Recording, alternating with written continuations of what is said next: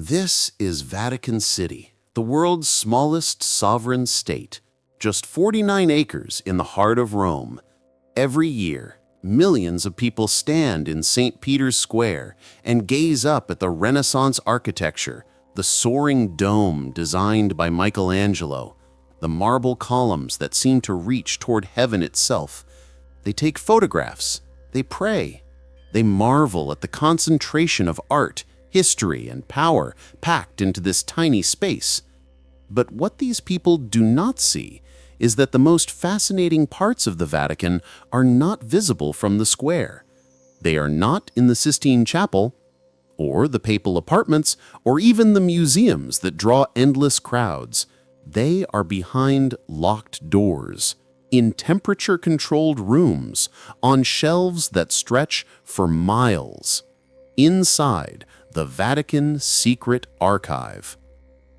The official name is Archivum Secretum Apostolicum Vaticanum, the Vatican Apostolic Secret Archive, though in 2019 the Vatican quietly changed the name to the Vatican Apostolic Archive, dropping the word secret in what appeared to be an effort to seem more transparent.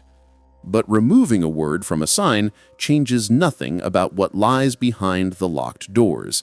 The archive remains one of the most restricted collections of documents on Earth.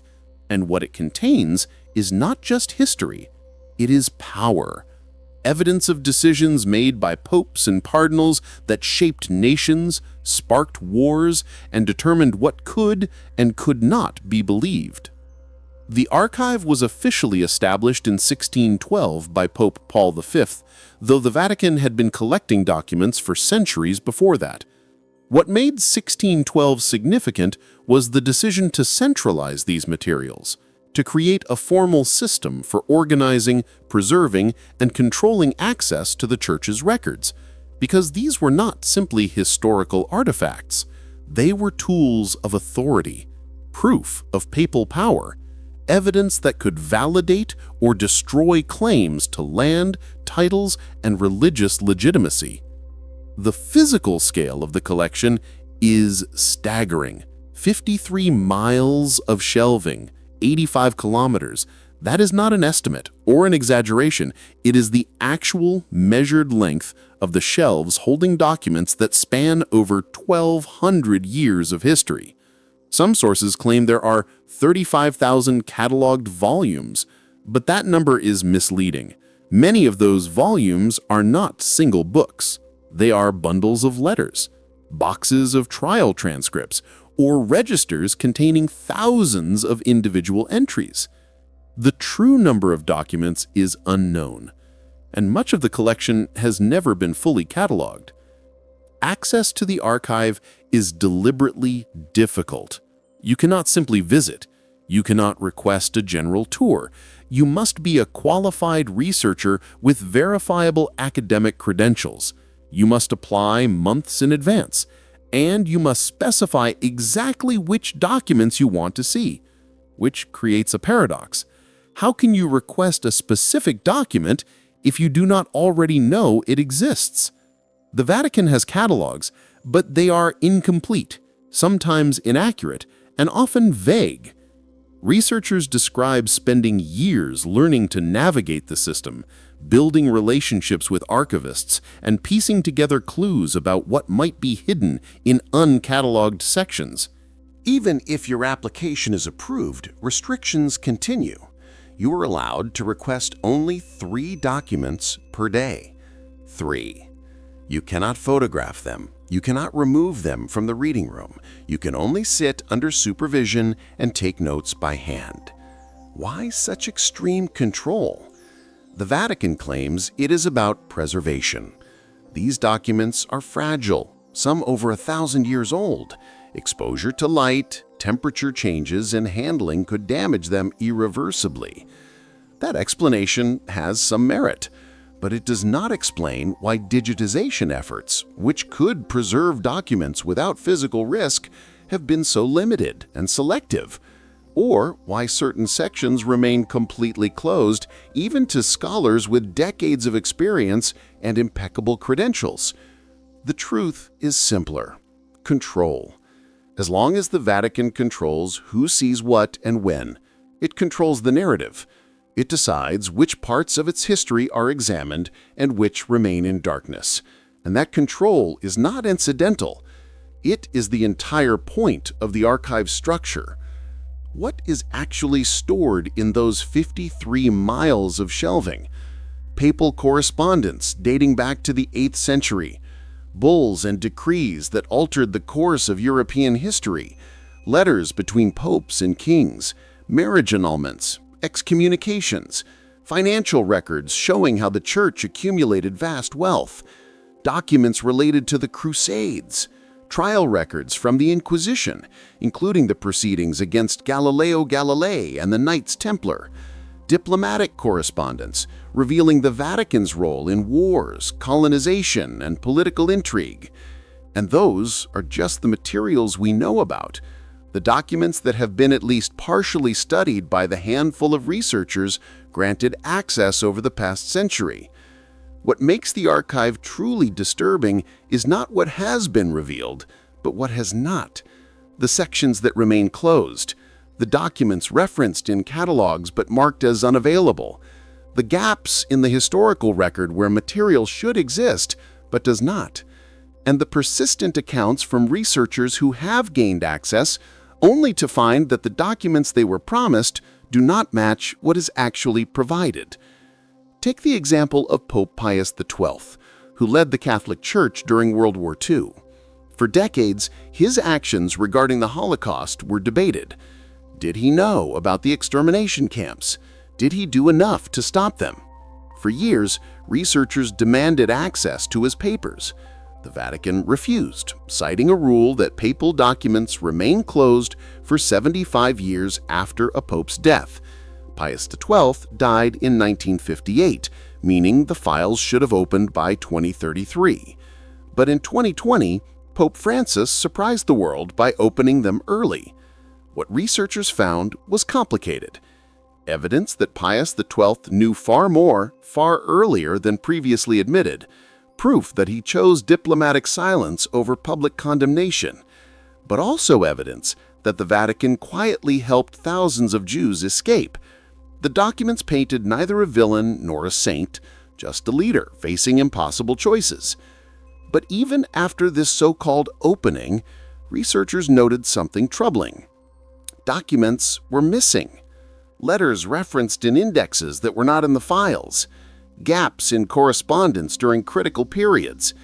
When asked, Vatican archivists gave vague responses about materials being under review or relocated.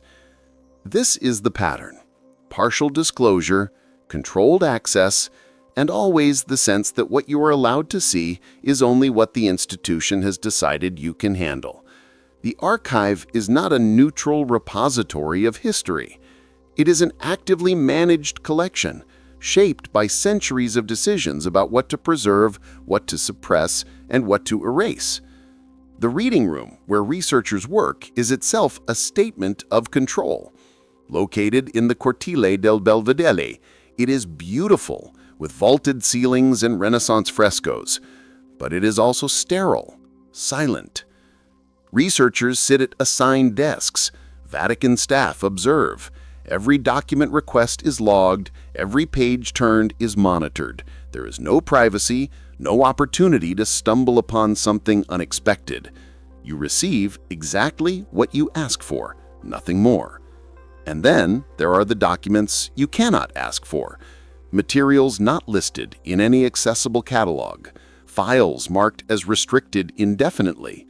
Sections of the archive that are simply closed with no explanation offered and no appeals permitted.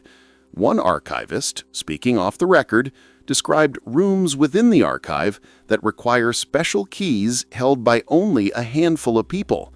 Rooms containing materials so sensitive that even Vatican employees are not told what is inside. What are they protecting?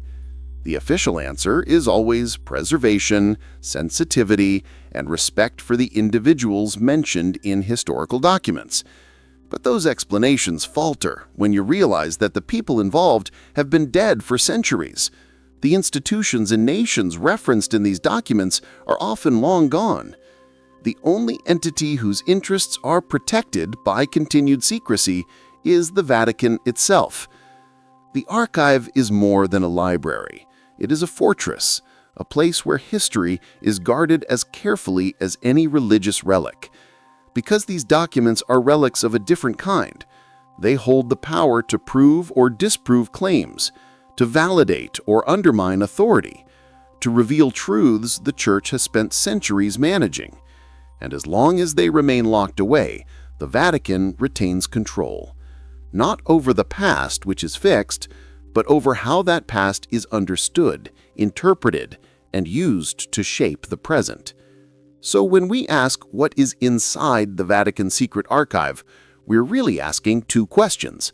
What are they willing to show us, and what are they still hiding? For nearly 400 years, the Catholic Church maintained an official list of forbidden books. It was called the Index Librorum Prohibitorum, the Index of Prohibited Books. First published in 1559 under Pope Paul IV, the index was regularly updated, adding titles that the Church deemed dangerous to faith and morals. At its peak, it contained over 4,000 works. Scientists, philosophers, novelists, theologians, anyone whose ideas challenged Church doctrine could find their work condemned. Possessing, reading, or distributing these books risked excommunication, and the Church made every effort to destroy every copy it could find. But here is what most people do not know. The Vatican did not destroy all of them. It kept copies.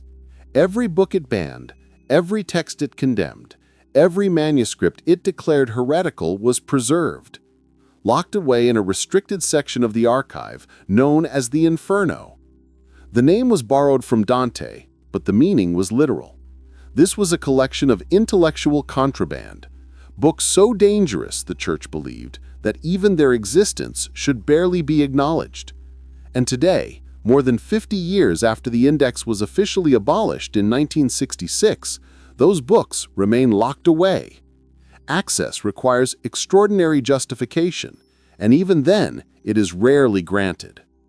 The Inferno is not a metaphor. It is a physical space within the Vatican archive, a series of locked rooms where banned books and manuscripts are stored. The collection includes first editions of condemned works, manuscript copies of texts never published due to Church censorship, and letters between authors and Vatican officials, often pleas begging the Church not to destroy their life's work. These are not just historical curiosities. They represent centuries of intellectual suppression, the Church's systematic effort to control what people could read, think, and believe. What kinds of books ended up on the index? The list reveals as much about the Church's fears as about the authors themselves. Scientific works that contradicted biblical cosmology were condemned. Galileo Galilei's dialogue concerning the two chief world systems, which argued that the Earth orbited the Sun, was banned in 1633 and remained on the index until 1835. 200 years. Nicholas Copernicus's De Revolutionibus Orbium Celestialum, the foundational text of heliocentric theory, was banned for nearly the same period. Johannes Kepler's works on planetary motion, banned. The message was unambiguous. Any science that challenged a literal interpretation of Scripture was heresy. Philosophy faced similar censorship. René Descartes, whose method of systematic doubt laid the foundation for modern philosophy, found his works condemned for questioning theological assumptions. Immanuel Kant's Critique of Pure Reason, which examined the limits of human knowledge, was deemed dangerous. John Locke's essay concerning human understanding, arguing that knowledge comes from experience rather than divine revelation, made the list. The Church could not tolerate any philosophy suggesting that human reason could operate independently of religious authority. Literature was equally suspect. Novels that depicted clergy unfavorably, questioned Church teachings, or portrayed human sexuality honestly were banned. Gustave Flaubert's Madame Bovary, condemned for its treatment of adultery. Victor Hugo's Les Miserables for its sympathetic portrayal of revolution and social justice, Émile Zola's entire body of work, banned for its naturalistic depiction of human suffering and institutional failure. The Church was particularly sensitive to any art that held up a mirror to its own failings. Religious texts that deviated from Catholic orthodoxy faced the harshest treatment. Anything by Martin Luther was automatically condemned. Protestant theological works, Jewish religious texts, including the Talmud, even translations of the Bible into vernacular languages without church approval were forbidden. For centuries, the Church insisted that only Latin was suitable for Scripture and that only priests should interpret it. The act of translating the Bible so ordinary people could read it in their own language was considered heretical. That policy reveals everything about the index's true purpose. It was not about protecting faith, it was about maintaining control. The index functioned as more than a list. It was enforced through terror. Inquisitors searched homes, libraries, bookshops. When forbidden books were found, they were burned in public ceremonies, often along with their owners. The penalty for possessing banned books ranged from excommunication to imprisonment to execution. Authors who were placed on the index faced professional and sometimes literal annihilation. Their work was suppressed, their ideas criminalized, and they lived under constant threat. But the Church kept copies. Why?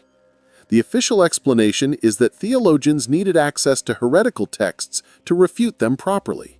You cannot argue against dangerous ideas without understanding them. That rationale justifies keeping a few copies for scholarly purposes. But the Vatican kept extensive collections, multiple editions, manuscripts with authors' annotations, correspondence showing how books were written, published, distributed, and eventually condemned. The extent of the collection suggests something more than academic necessity.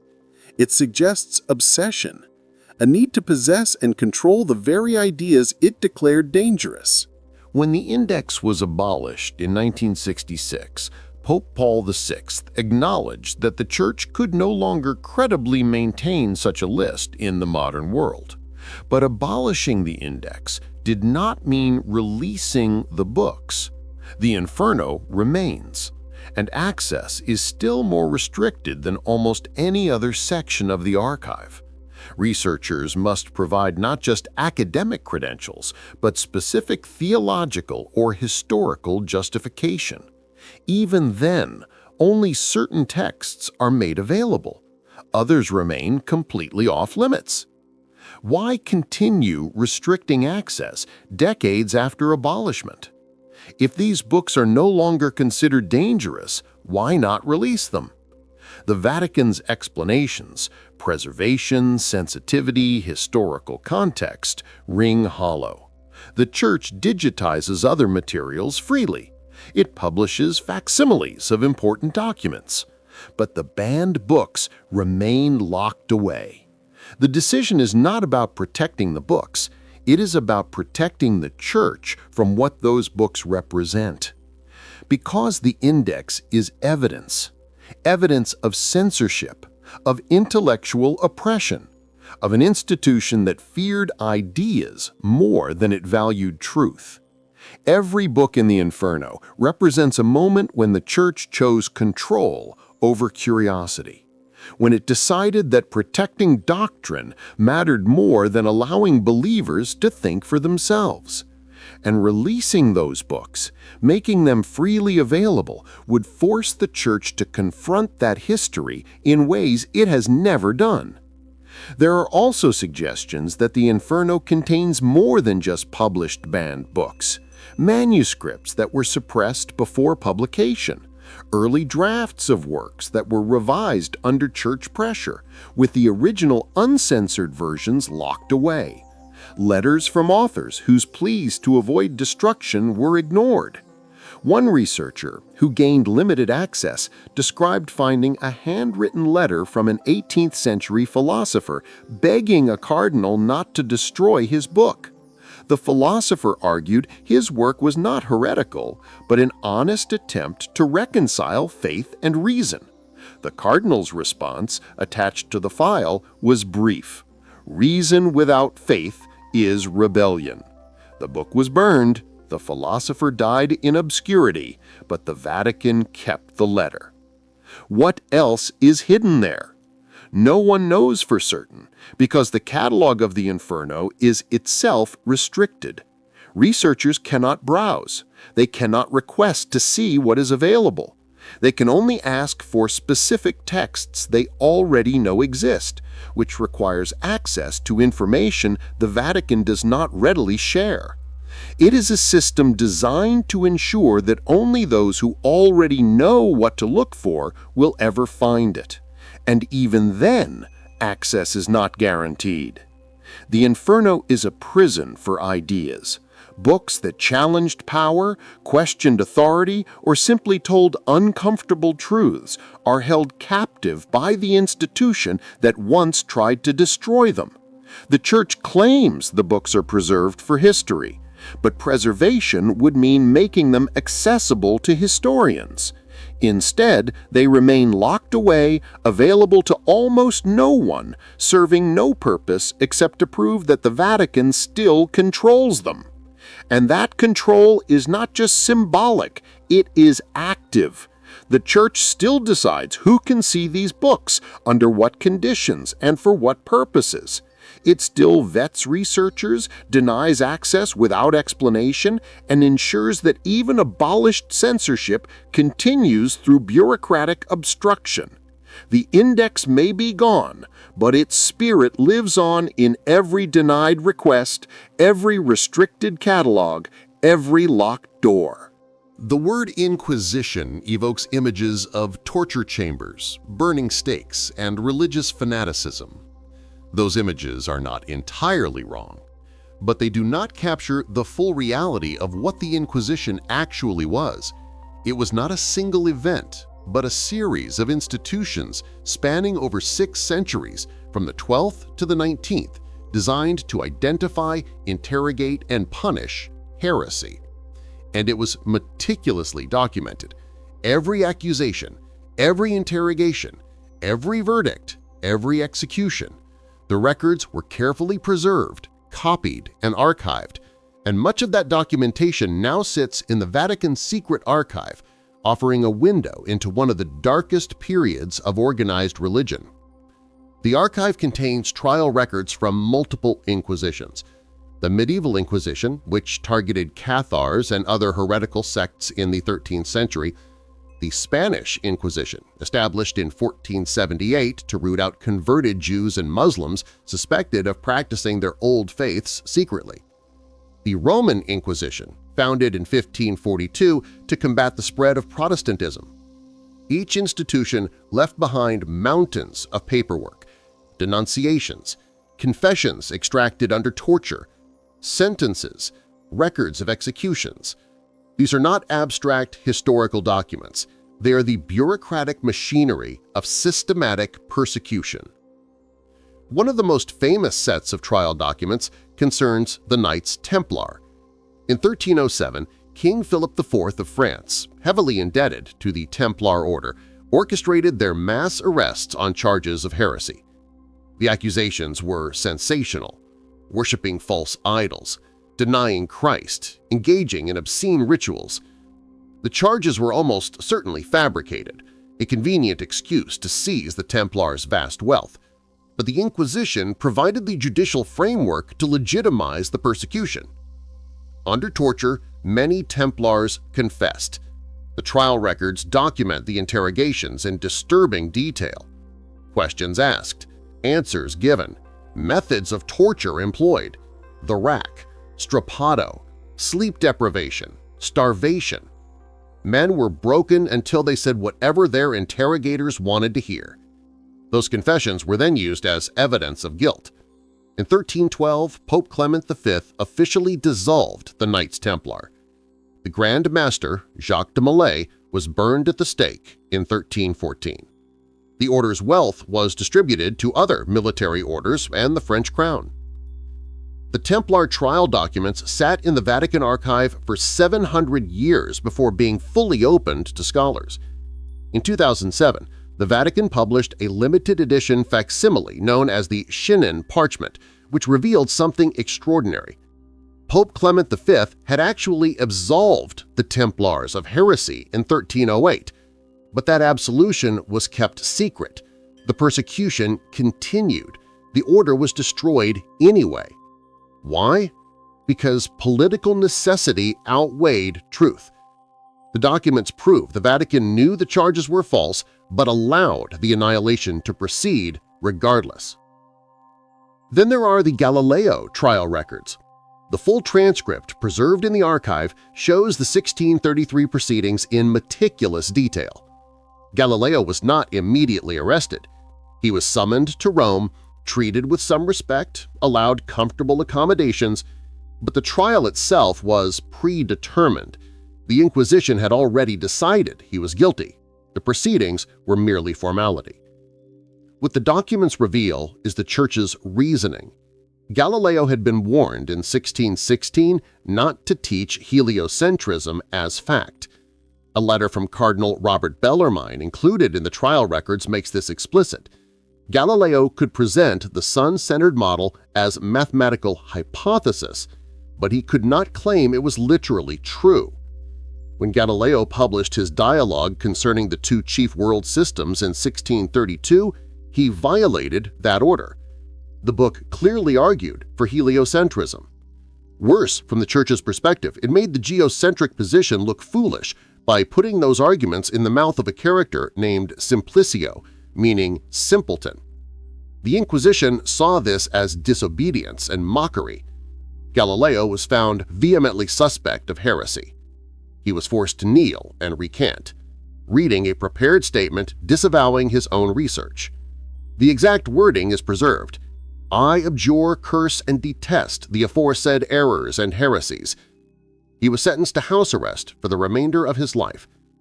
The trial documents are a study of institutional insecurity. The Church could not tolerate being proven wrong, so it punished the man who proved it. But most Inquisition trials involved ordinary people. The vast majority of records concern accusations of minor heresies, a woman claiming visions, a man doubting transubstantiation, a family suspected of secretly practicing Judaism. The Spanish Inquisition was particularly brutal. Between 1480 and 1834, it tried approximately 150,000 people. Estimates suggest around 3,000 were executed, though many more died in prison or from torture. The trial records follow a pattern. Someone denounces the accused, often anonymously. The accused is arrested and held in secret. Interrogation begins. If they confess, they are sentenced. If they refuse, torture is applied. The Inquisition had strict rules about torture. It could not cause permanent injury or death. It could only be applied once, but those rules were routinely circumvented. Subsequent sessions were declared continuations rather than new applications, and a confession obtained under torture had to be confirmed later when the prisoner was no longer under duress, meaning the accused was told they would be tortured again if they did not reaffirm their confession. The archive contains detailed manuals on conducting these interrogations, guidelines on what questions to ask, how to interpret answers, when to escalate to physical coercion. One such manual, the Directorum Inquisitorum, written in 1376 by Nicolau Imeric, exists in multiple copies. It reads like a bureaucrat's handbook for persecution, clinical, methodical, utterly devoid of mercy. What makes the Inquisition records particularly disturbing is their normalcy. These were not rogue fanatics. This was official church policy documented and approved at the highest levels. Popes authorized the trials. Cardinals oversaw them. The entire institutional apparatus of the Church participated in creating a system where holding the wrong belief could cost your life. The archive also documents the Inquisition's obsession with sexuality. Priests accused of soliciting sex during confession, women accused of witchcraft, often because they practiced herbal medicine or lived independently, men accused of sodomy. The Inquisition saw sin everywhere and appointed itself judge. Trial records show punishments ranging from public penance to imprisonment to execution, revealing a church deeply uncomfortable with human sexuality and determined to regulate the most intimate aspects of people's lives. Not all trials ended in conviction. The archive contains acquittals, cases where evidence was deemed insufficient or the accused successfully defended themselves. But even acquittals came at tremendous cost. The accused often spent months or years in prison awaiting trial. Reputations were destroyed. The accusation alone was enough to ruin lives. The process was the punishment. In recent decades, the Vatican has opened more Inquisition records to researchers, framing it as transparency. But access remains controlled. Certain sections stay closed. And the Vatican has been careful to emphasize that the Inquisition, while brutal by modern standards, was not as deadly as popular myth suggests.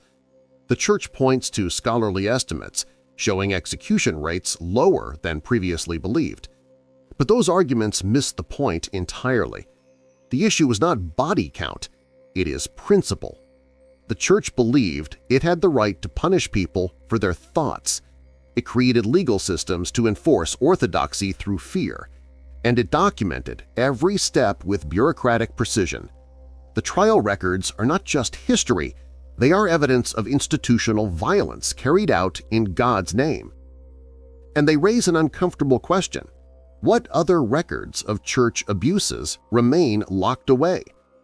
The Inquisition officially ended in the 19th century, but the impulse to control belief did not. The archive contains 20th century documents that have not been released, files on accused priests, records of financial scandals, correspondence related to World War II. If the Vatican was willing to open Inquisition records, what is it still protecting, and why? Few periods in Vatican history are as controversial as World War II, and no pope's legacy is as contested as that of Pius XII, who led the Catholic Church from 1939 to 1958. His silence during the Holocaust has been debated for decades. Did he know about the extermination camps? Did he do enough to stop them? Could he have saved more lives by speaking out? For over 70 years, these questions remained partially unanswered because the Vatican refused to open his files. The official explanation was a rule requiring papal documents to remain closed for 75 years after a pope's death. But in 2020, Pope Francis surprised the world by opening the archive early. What researchers found was complicated and incomplete. The documents showed that Pius XII knew far more, far earlier than the Vatican had previously admitted. Reports from bishops describing mass deportations, intelligence from Vatican diplomats confirming extermination camps, pleas from Catholic resistance figures begging the Pope to speak out publicly, and Pius's responses, always careful, always diplomatic, always ultimately silent. One document, dated December 1942, contains a report from the Vatican's diplomatic mission in Slovakia. It describes in detail the deportation of Jews to camps in Poland and explicitly states that they are being killed upon arrival. The report ends with a plea: the Holy Father must speak. Pius's handwritten note in the margin reads, "Verify sources." By December 1942, verification was not the issue. The extermination of European Jews was already well documented. The Pope's request for verification was, researchers believe, a stalling tactic, a way to justify continued inaction. Other documents show that Pius XII feared speaking out would make things worse. He believed that explicit condemnation of Nazi atrocities would lead to reprisals against Catholics in occupied territories, particularly in Germany and Poland. He worried that breaking diplomatic relations with the Axis powers would eliminate the Vatican's ability to conduct quiet diplomacy and provide humanitarian aid. And he was deeply concerned about the spread of communism, viewing the Soviet Union as a potentially greater long-term threat than Nazi Germany. These were not irrational fears. They were calculations made under impossible circumstances. But the documents also reveal something more troubling: Vatican officials debating whether reports of mass murder were exaggerated. correspondence suggesting that some church leaders viewed the Jewish question as primarily a political problem rather than a moral crisis.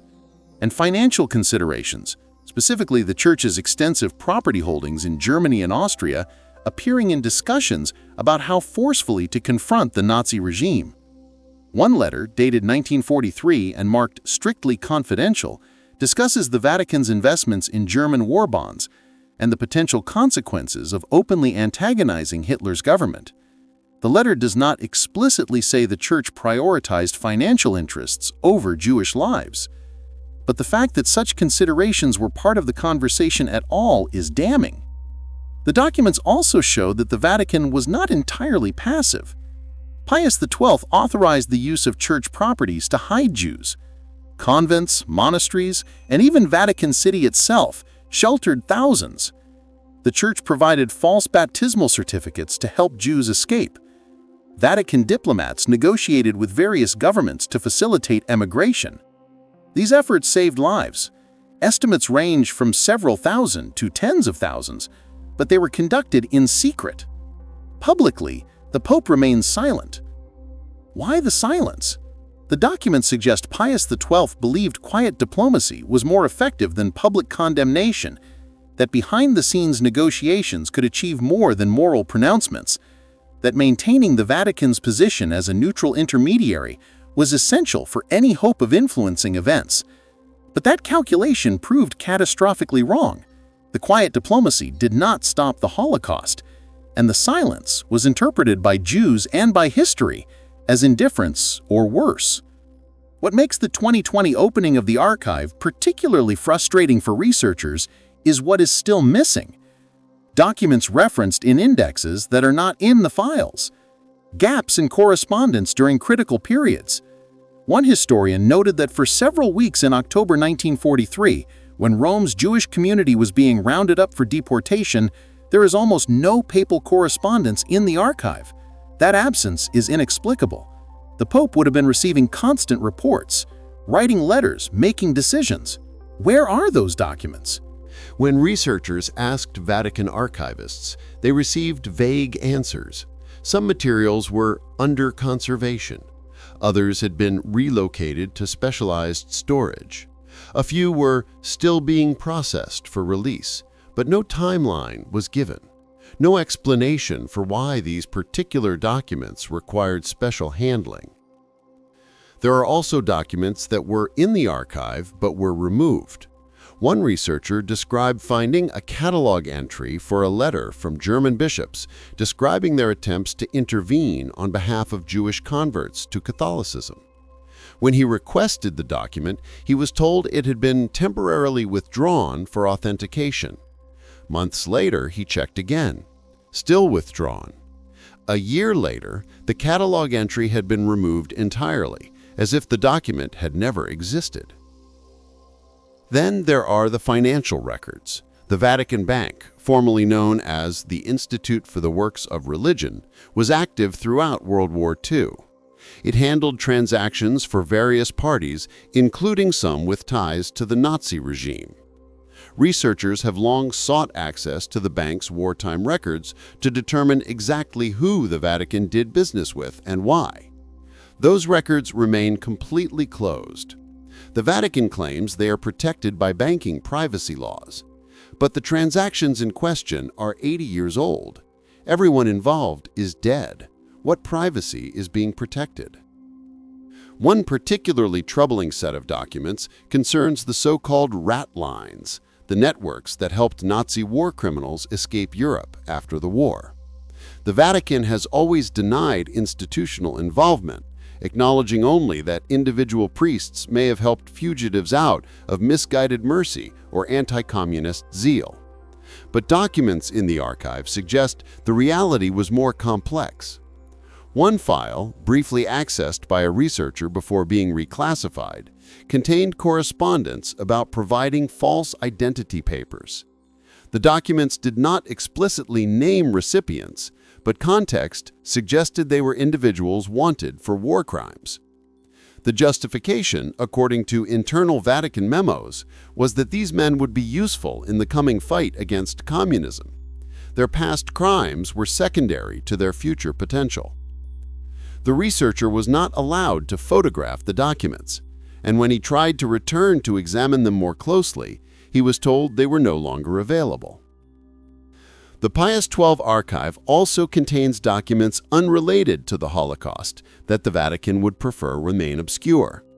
Evidence of the Church's support for fascist regimes in Spain, Portugal, and Latin America. Correspondence showing Vatican approval of authoritarian leaders as long as they were anti-communist and pro-Catholic.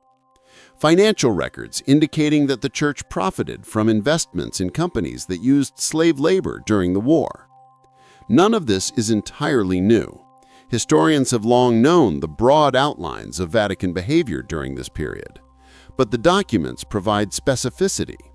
Names, dates, amounts, the kind of detail that transforms historical consensus into irrefutable fact.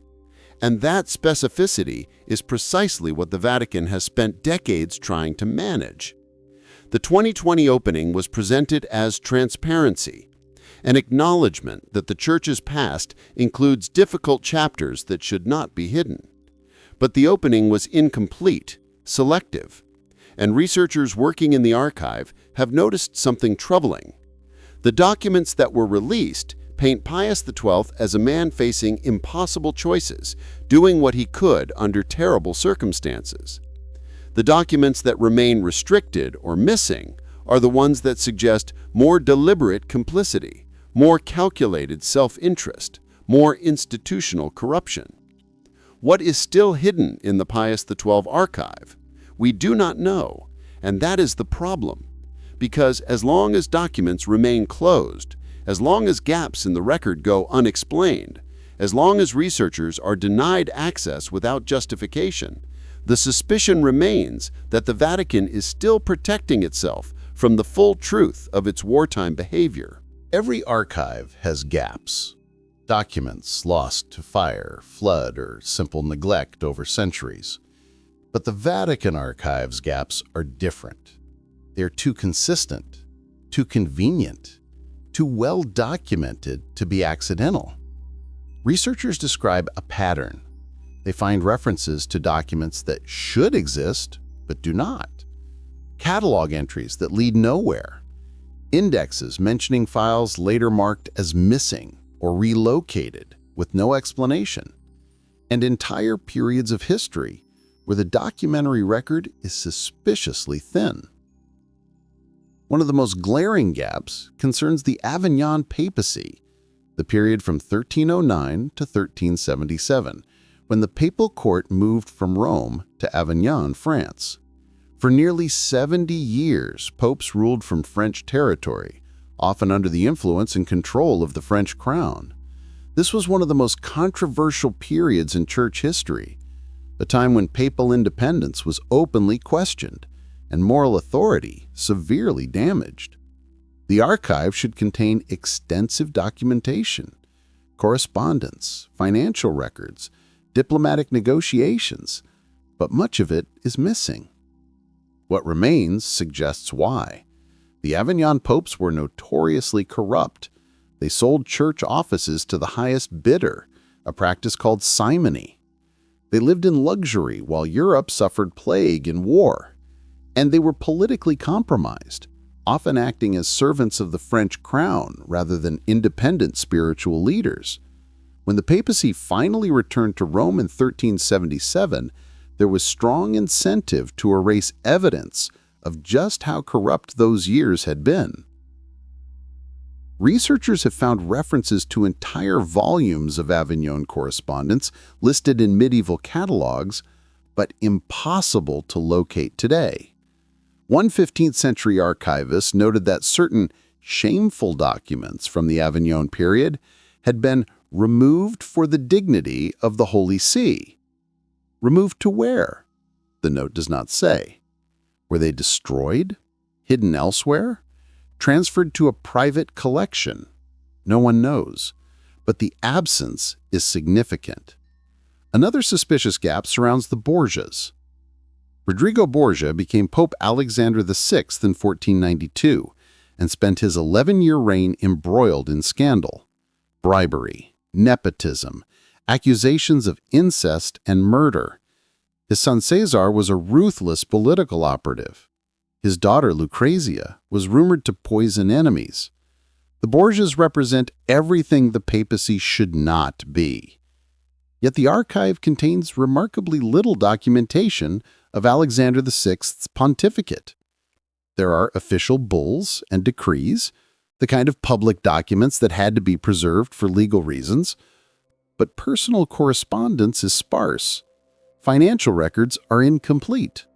Documents that might reveal the inner workings of the Borgia papacy, the deals made, the crimes committed, are largely absent. One historian described it as a black hole. She found references in other archives, letters from foreign diplomats describing Borgia activities. But when she tried to verify using Vatican sources, the documents were not there. Did the Borgias destroy incriminating evidence? Possibly, but more likely later popes ordered the removal of materials that portrayed the papacy so degradingly. The gap is curated, not accidental. Then there are gaps related to the Reformation. The 16th century was an existential crisis for the Catholic Church. Martin Luther's protests fractured Christianity and ended the Church's religious monopoly in Europe.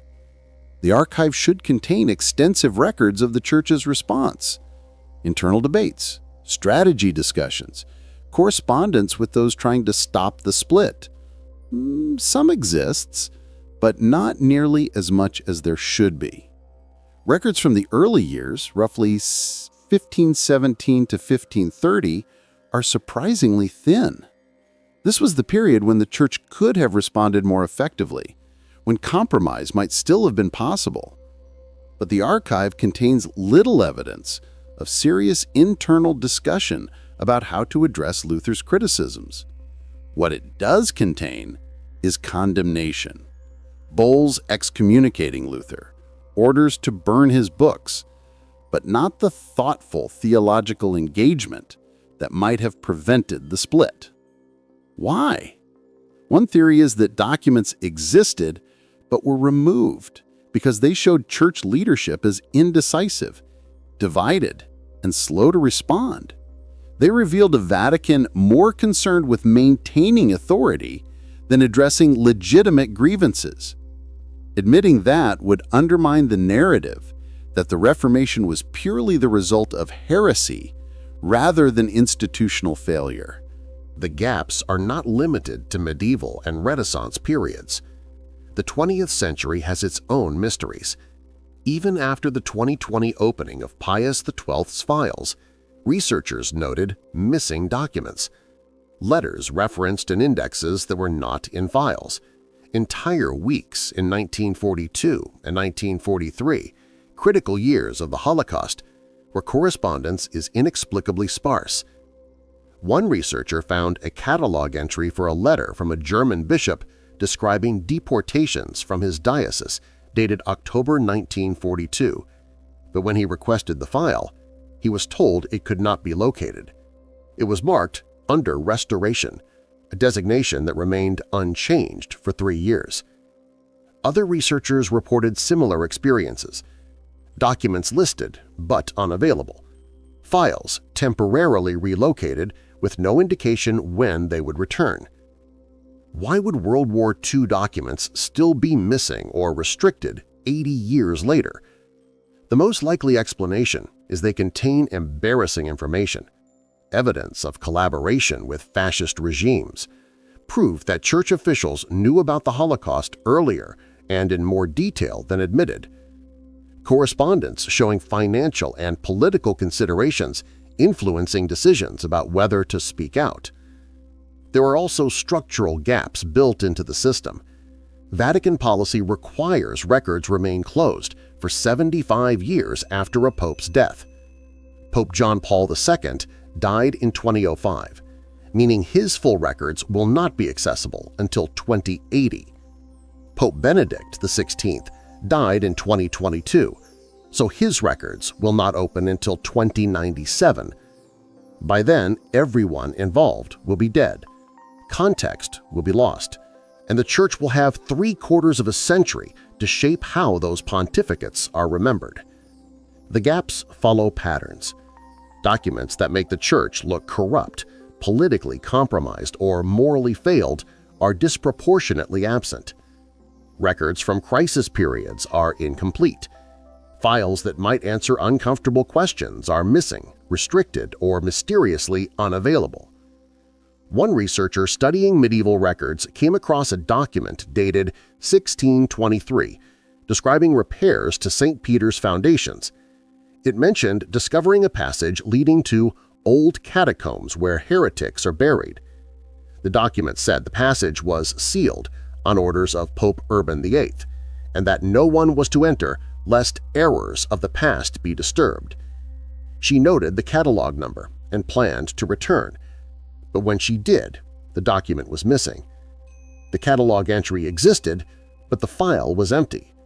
When she inquired, she was told it had been moved to a restricted section for conservation.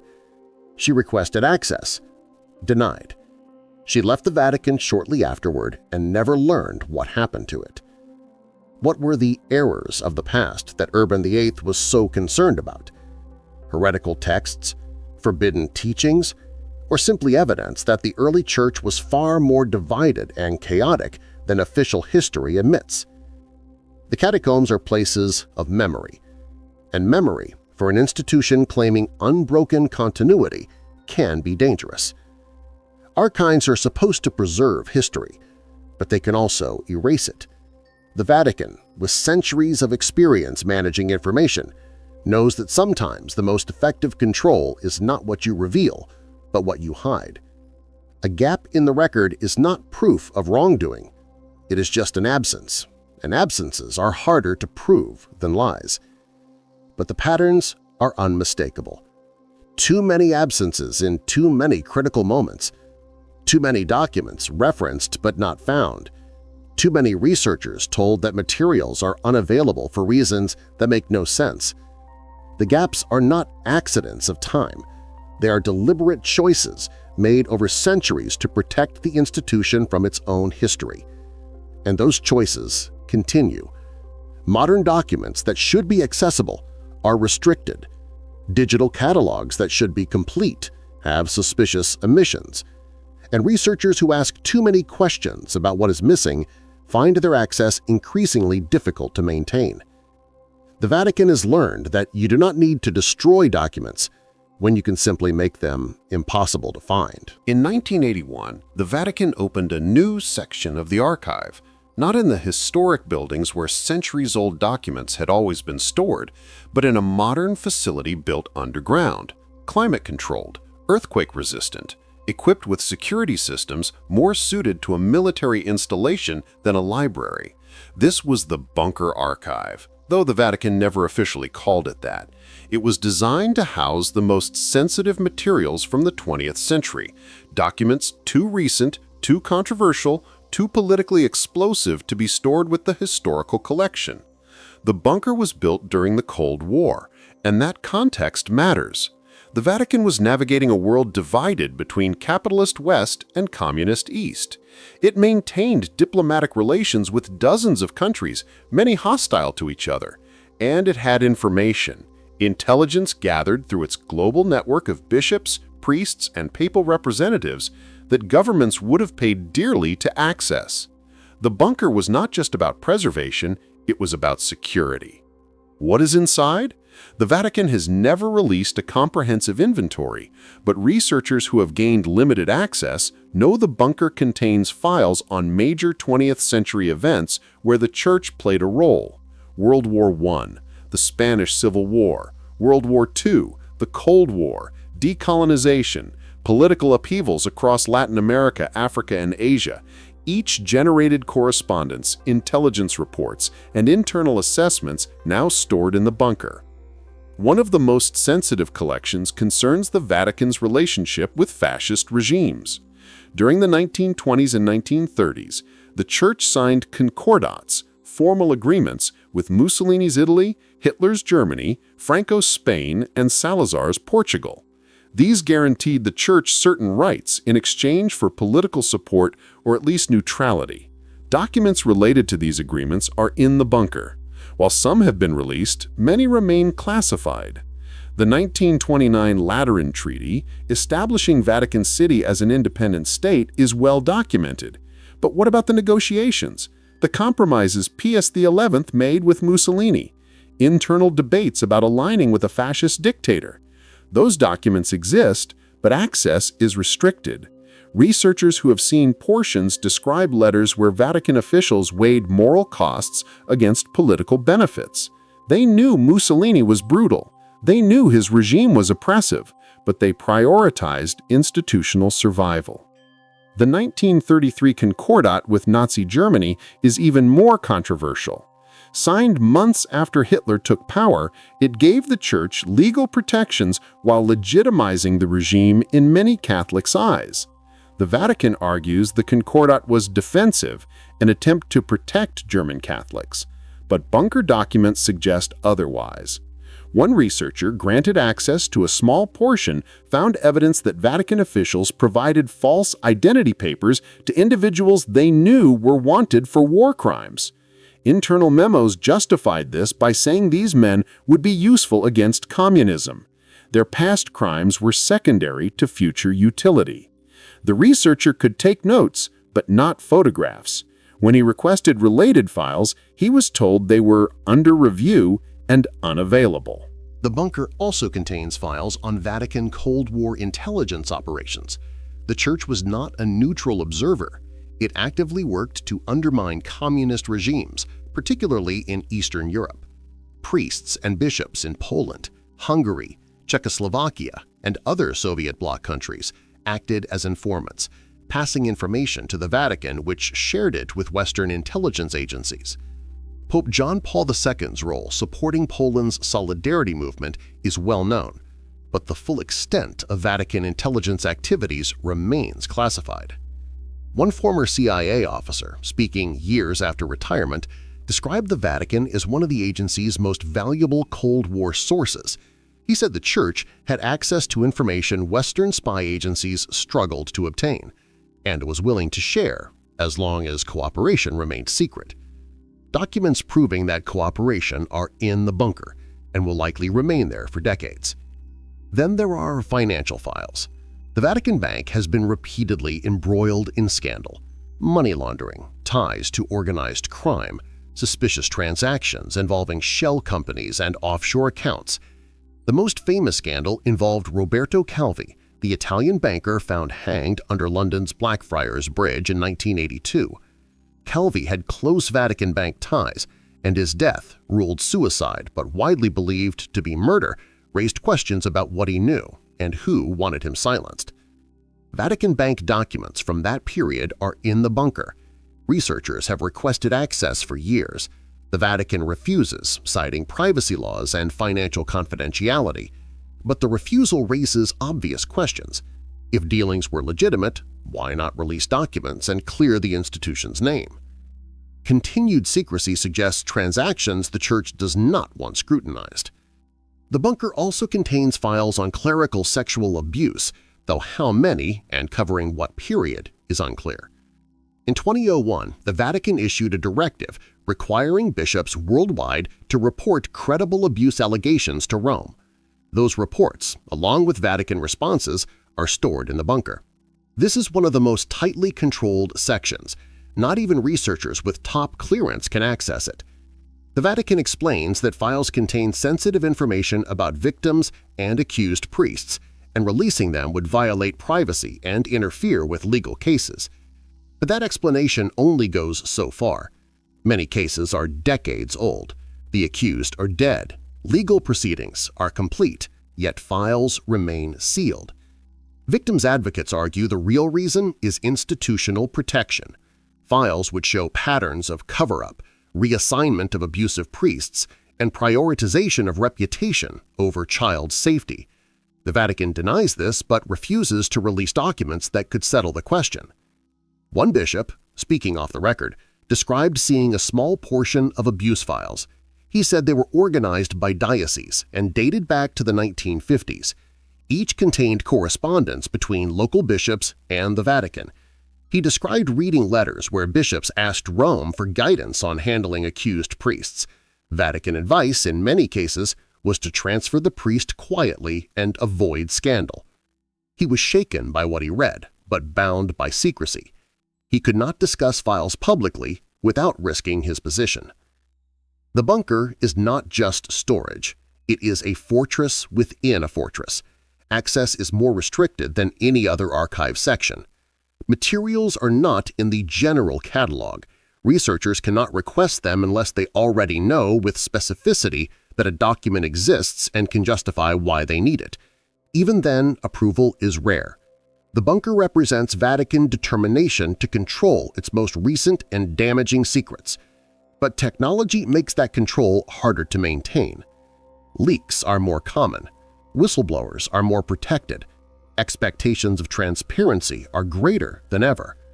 The Vatican can lock the bunker, but it cannot lock the minds of people who have seen what is inside. And sooner or later, those people talk. In 2012, the Vatican announced an ambitious project. It would digitize its archive, making millions of documents accessible online to researchers worldwide. The announcement was celebrated as a historic step toward transparency. Finally, scholars would not need to travel to Rome, wait months for approval, or be limited to 3 documents per day. They could access materials from their own institutions. The Vatican framed it as entering the digital age, embracing openness and scholarship. More than a decade later, the progress has been disappointing. Only a small fraction of the archive has been digitized. The Vatican claims the delay is due to the sheer scale of the project, the fragility of many documents, and the cost of high-quality scanning, all of which is true. But researchers who work closely with the archive have noticed something else. The documents being digitized are not random. They follow a pattern. Materials that are already well-studied, relatively non-controversial, and unlikely to generate scandal are prioritized. Everything else waits. One of the most glaring omissions is the complete collection of Inquisition trial records. The Vatican has digitized samples, enough to show progress, but the bulk of trials, particularly from the Spanish Inquisition and the Roman Inquisition during the Counter-Reformation, remain analog only. Researchers must still travel to Rome, request specific files, and work under supervision. Why? If the Vatican is committed to transparency about this dark chapter, why not make records fully accessible? The likely answer is that full digitization would enable systematic analysis never before possible. Right now, a researcher can spend years examining a handful of trials. But if all records were online, scholars could use text analysis, statistical methods, and cross-referencing to identify patterns. How many trials ended in execution? How often was torture used? What were the most common charges? And most importantly, how did the Inquisition evolve over time? Did it become more or less brutal? More or less arbitrary? Those questions could be answered definitively with full access, and the answers might be more damaging than individual cases. Another category conspicuously absent from digitization is financial records. The archive contains centuries of documentation about how the Church accumulated and spent money. Tithes, indulgences, sale of church offices, land holdings, banking operations. Some has been studied, but large sections remain unexamined because they are simply too voluminous to analyze without digital tools. If those records were online, economic historians could trace wealth flow through the Church and answer uncomfortable questions. How much money did the Church extract from the poor through indulgences? How much wealth was accumulated through the Crusades? What were Vatican financial dealings with colonial powers? The Vatican has digitized papal bulls and major decrees, official documents already well known, but correspondence, personal letters between popes and other figures, remains largely in physical form only. Why? because correspondence reveals thinking never meant to be public. Official decrees are carefully worded. Letters are not. They contain admissions, doubts, unfiltered opinions. Digitizing them would make them searchable, allowing researchers to quickly find every reference to a particular topic, person, or event. That kind of access could reveal patterns of thought and decision-making the Vatican prefers remain obscure. There is also the matter of metadata. When documents are digitized, they are tagged with information: date, author, subject, keywords.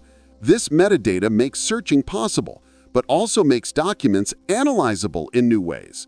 You can see every document created during a particular pope's reign, every mention of a specific heresy, every letter to a particular king. That level of analysis could reveal things the Vatican has not wanted to acknowledge. Gaps in the record become more obvious. Patterns of cover-up emerge. Documents hidden in plain sight, buried in massive collections, suddenly become discoverable. One researcher described requesting digitization of a specific collection related to Vatican World War II activities. She had spent years working through physical files and wanted to do textual analysis on the correspondence. The Vatican declined, citing privacy concerns and sensitivity of material. But the people mentioned are long dead. Events are 80 years past. What privacy is being protected? The only reasonable answer is institutional privacy, the Vatican's own. Then there is the technical question of what digitization actually means. The Vatican has created digital images of some documents, high-resolution scans capturing the physical appearance of pages. But images are not the same as searchable text. To make a document truly digitized, you need optical character recognition, OCR, which converts images into machine-readable text. That is where real accessibility happens. But OCR for medieval and Renaissance handwriting is difficult. It requires expensive software and trained personnel. The Vatican has been slow to invest. Why? Because searchable text is far more powerful than images. A researcher looking at an image must read through the document manually. Searchable text can be queried instantly. Every mention of a keyword appears immediately. Cross-references become automatic. Patterns that would take years to find by hand emerge in seconds. Vatican reluctance to invest in full OCR suggests it prefers documents remain difficult to analyze. There are exceptions. The Vatican digitized and released Knights Templar trial documents in 2007, as mentioned earlier. But that release was carefully managed. It was published as a limited edition, expensive facsimile. Only a few hundred copies were produced. While documents are now technically public, accessibility remains limited to those who can afford the publication or access one of the few institutions that purchased it. This is transparency in name only. The Vatican has also partnered with outside organizations on digitization projects, but partnerships come with restrictions. Digital images are often jointly owned, meaning the Vatican retains veto power over how they're used. Researchers must agree not to share files widely or use them in ways the Vatican deems inappropriate. One scholar described signing an agreement prohibiting her from using digitized documents in any publication that damages the reputation of the Holy See. What constitutes damage was left undefined, giving the Vatican broad discretion to object. Another issue is Vatican refusal to digitize materials still technically restricted. Remember the 75-year rule for papal records. Documents from recent pontificates are closed regardless of format. But there is no technical reason they could not be digitized now and released later when restrictions end. Doing so would ensure documents are preserved and ready for access when the time comes. But the Vatican has not done this, raising the question, does it plan to release them at all? Or will restriction periods keep getting extended? There's also the matter of documents that were digitized but then removed from access. One researcher described finding references in online catalogs to documents that had been scanned and were briefly available. But when she tried to access them months later, they were gone. Catalog entries remained, but links were broken. When she inquired, she was told files had been temporarily removed for review. That was 5 years ago. They have not reappeared. What is being reviewed, and by whom? The Vatican has never explained its process for determining which digitized documents remain public and which are pulled. But the pattern suggests documents generating unwanted attention are removed. If a researcher publishes findings based on a newly digitized source, and those findings are embarrassing, the source becomes unavailable to others who might want to verify or build on the work. It is retroactive censorship.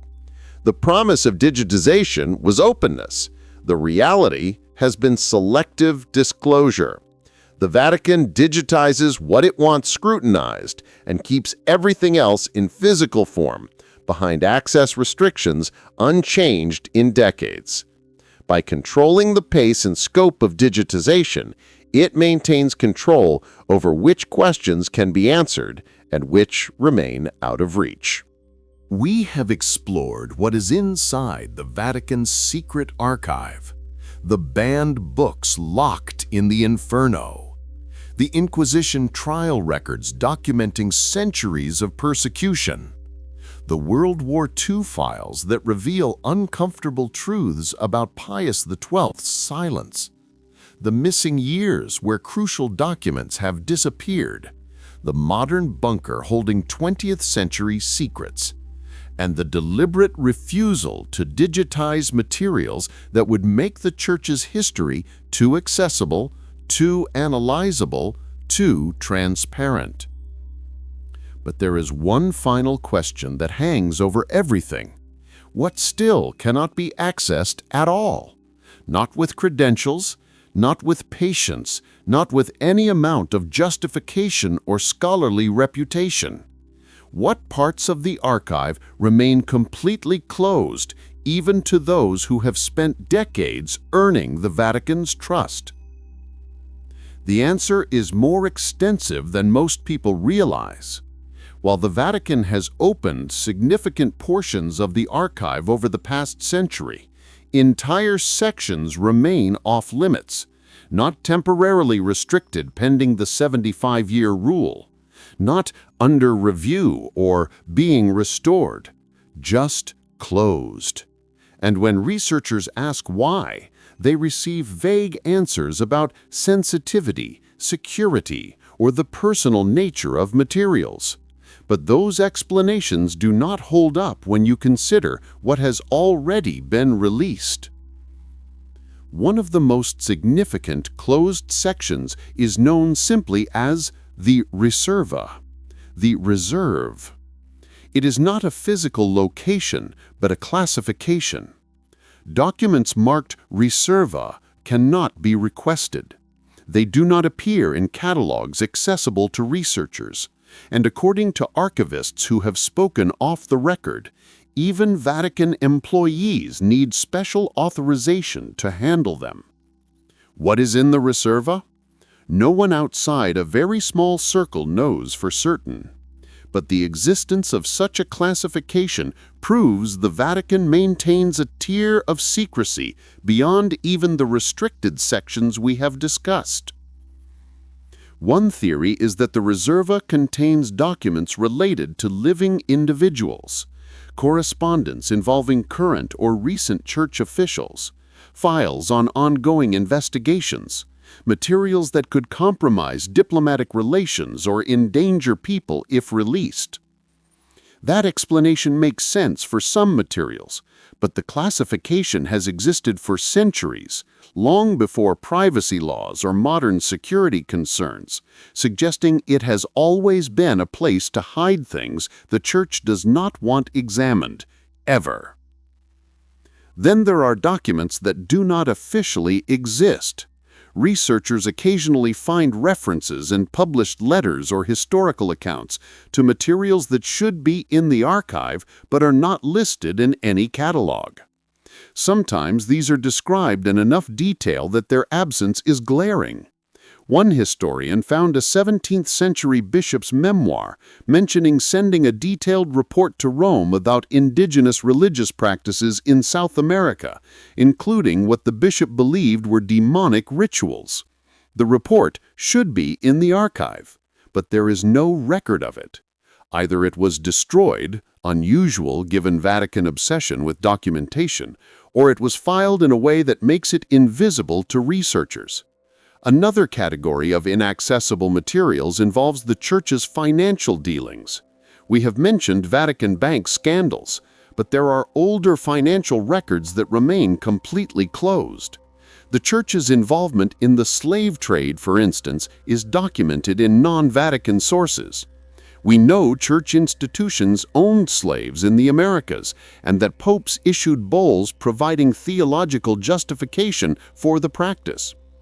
The archive should contain extensive financial records of these transactions, profits, expenses, correspondence about the trade. But researchers requesting access to financial records from the colonial period are routinely denied. The explanation is always privacy and sensitivity. But whose privacy? The enslaved people are long dead. The institutions that profited still operate. The only privacy being protected is the Church's own. There were also files related to Vatican intelligence operations that remain completely sealed. During World War II and the Cold War, the Church ran what amounted to a global spy network.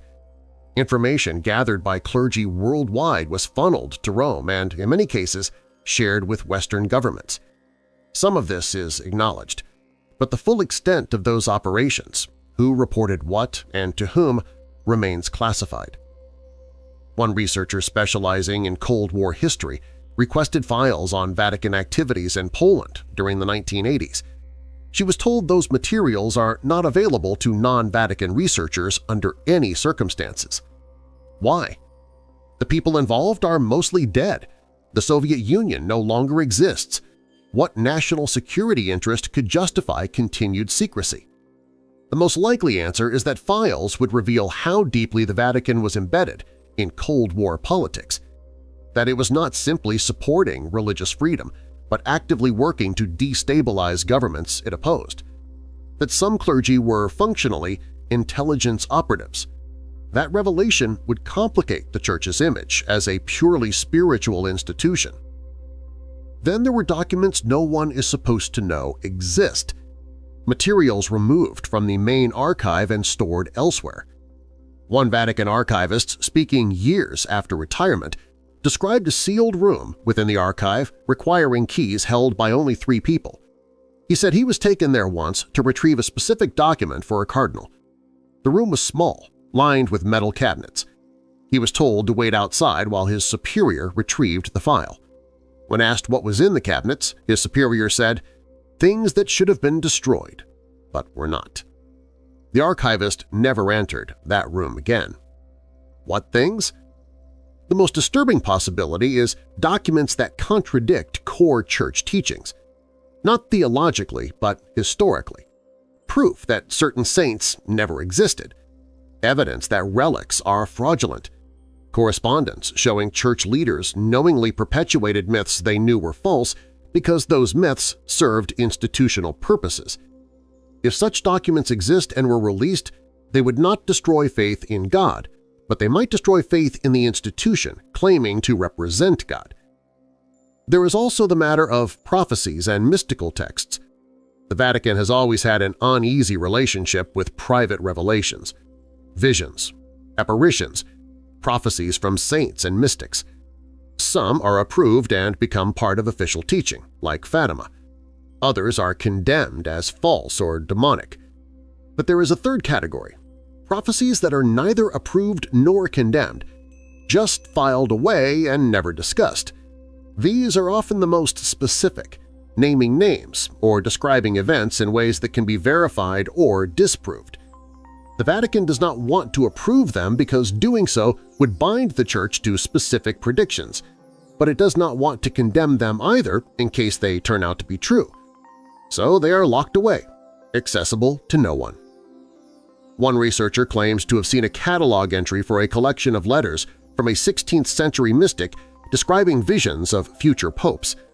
The description said the letters contained specific prophecies deemed too precise for public disclosure. When he requested access, he was told the collection had been moved to a restricted location and was no longer available. He appealed. Denied. He tried to find references to the mystic in other sources.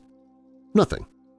It was as if the person had been erased from history, except for that one catalog entry, which was later removed from the database. The archive also refuses to release materials related to certain controversial figures within the Church. Popes whose reigns were so scandalous the Vatican prefers they remain obscure. Not just the Borgias, but others.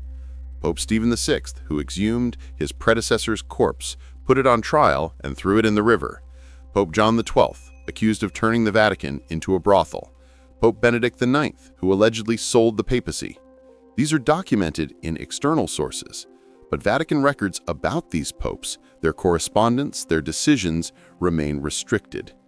Officially, it is because materials are too fragile or have not been properly cataloged.